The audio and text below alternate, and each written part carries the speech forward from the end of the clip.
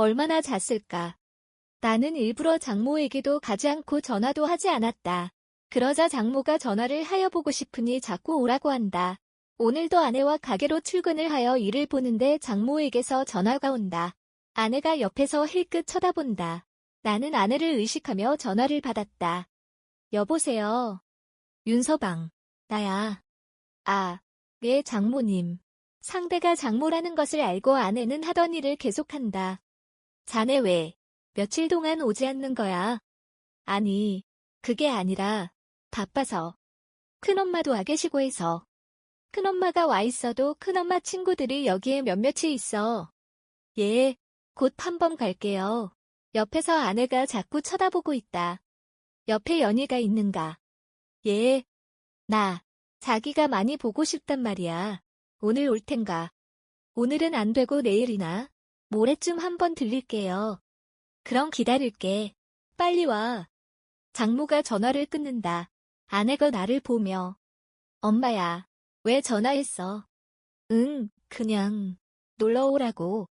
그런데 자기, 오삼촌에게는 한번 안 가볼 거야.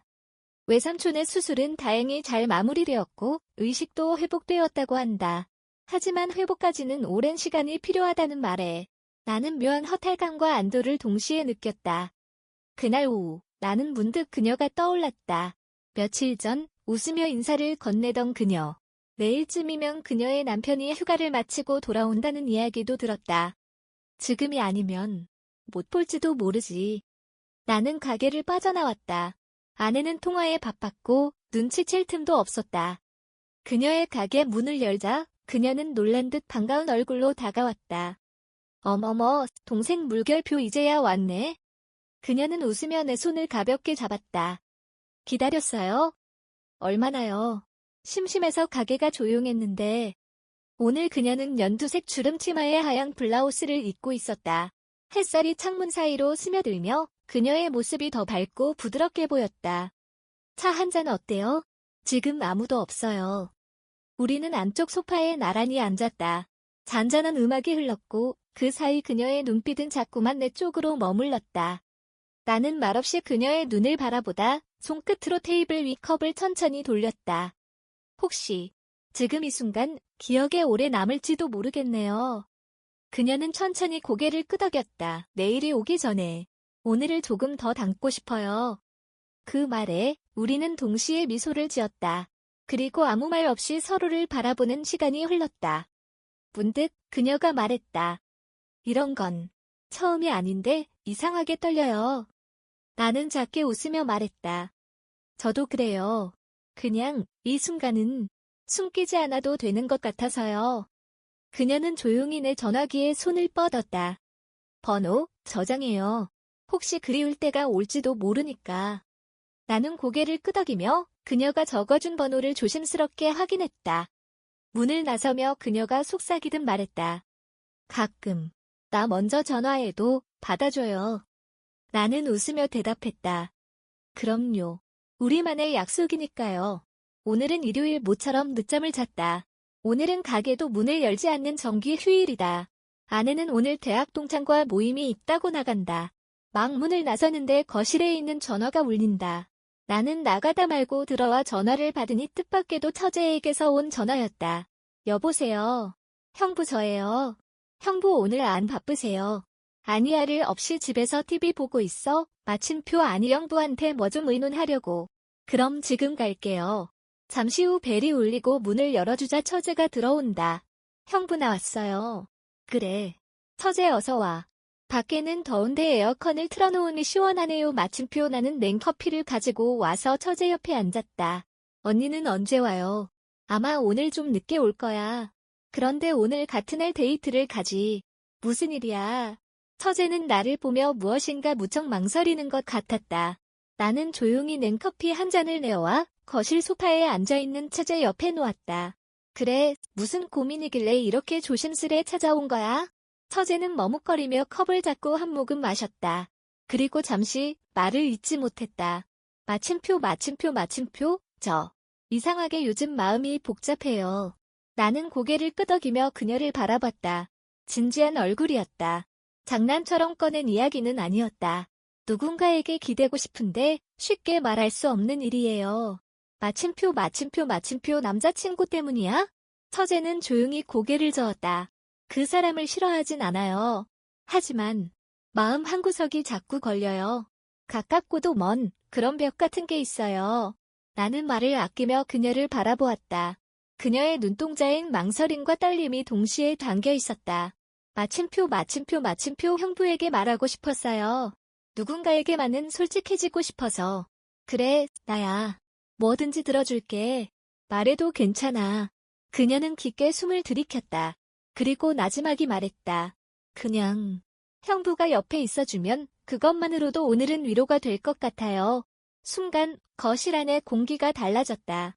대화는 멈췄지만 말보다 더 진한 감정이 머물렀다. 나는 조심스럽게 손을 내밀었고 그녀는 그 손을 피하지 않았다.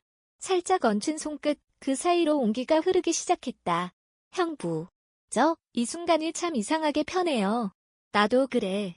무슨 말이든 하지 않아도 알 것 같아. 처제는 미소를 지었고 나는 그 미소를 오래도록 바라봤다. 그날 우린 아무 일도 없었다. 하지만 많은 것이 변했다. 눈빛 하나, 숨결 하나만으로도 서로의 마음이 조금씩 흔들리고 있다는 걸 분명히 느꼈다. 처제, 잘 가. 내일 가게에서 보자. 네, 형부. 그럼 내일 뵐게요. 처제가 문을 나서며 마지막으로 나를 바라보던 눈빛이 머릿속에서 지워지지 않았다. 그 눈빛에는 어딘가 알 수 없는 여운이 남아있었다. 나는 문이 닫히는 소리를 들으며 마음 한구석이 무겁게 가라앉는 것을 느꼈다. 하지만 동시에 처제가 홀가분한 마음으로 돌아갔을 거라는 생각에 작은 안도감이 스며들었다. 장모님 댁으로 향한 발걸음은 이상하게도 가벼우면서도 무거웠다. 비가 조용히 내리고 있었고 마음속에서는 그보다 더 무거운 무언가가 천천히 내려앉고 있었다. 아, 윤서방. 이제야 왔네. 며칠 만인지 알아?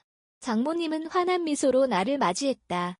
하지만 그 미소 너머엔 어딘가 애틋한 감정이 스며있는 듯했다. 미안해요. 큰엄마 때문에 자주 못 왔어요. 나는 일부러 별표, 쉼표, 별표를 핑계 삼으며 장모님에게 시선을 피했다. 그런데 오늘은 큰엄마가 보이지 않았다. 큰엄마는 어디 계세요? 부산으로 갔을 텐데. 그런데 왜 안 보이시지? 그 순간 뒤에서 낯익은 목소리가 들려왔다. 형님. 나는 고개를 돌리며 눈을 마주쳤다. 큰엄마였다. 그리고 그녀의 눈빛 속에는 놀람과 당황, 그리고 어딘가 알 수 없는 감정이 얽혀 있었다. 장모님도 그 모습을 보고 순간 얼어붙었다. 이게 어떻게 된 일이야? 장모님의 목소리가 떨렸다. 그 눈빛에는 불안과 의심이 가득 차 있었다. 그리고 그 순간 나는 모든 것이 무너질지도 모른다는 예감을 느꼈다. 장모님은 나와 큰엄마를 번갈아 바라보며 무엇인가를 감지한 듯했다. 그 눈빛은 모든 걸 알고 있는 사람의 눈빛이었다. 윤서방, 나한테 솔직히 말해봐. 나는 아무 말 없이 두 사람을 바라보았다. 장모님의 눈빛엔 상처와 실망이 스며 있었고 큰엄마는 고개를 돌리며 눈을 피하고 있었다. 현정아. 마침표 나는 큰엄마의 이름을 조용히 불렀다. 그 순간 장모님의 눈빛이 더욱 흔들렸다. 윤서방, 지금 뭐라고 마침표. 형님, 이젠 숨길 수 없어요. 큰엄마의 목소리는 떨리고 있었다. 그 순간 장모님의 얼굴에 당혹감과 상처가 번졌다. 침묵이 흐르고 시간이 멈춘 듯했다. 비는 여전히 창밖에서 조용히 내리고 있었고 거실 안은 숨소리조차 들리지 않을 만큼 고요했다. 나는 더 이상 거짓말할 수 없다는 걸 깨달았다. 그날의 비는 모든 비밀을 씻어내기엔 너무 조용하고 너무 무거웠다.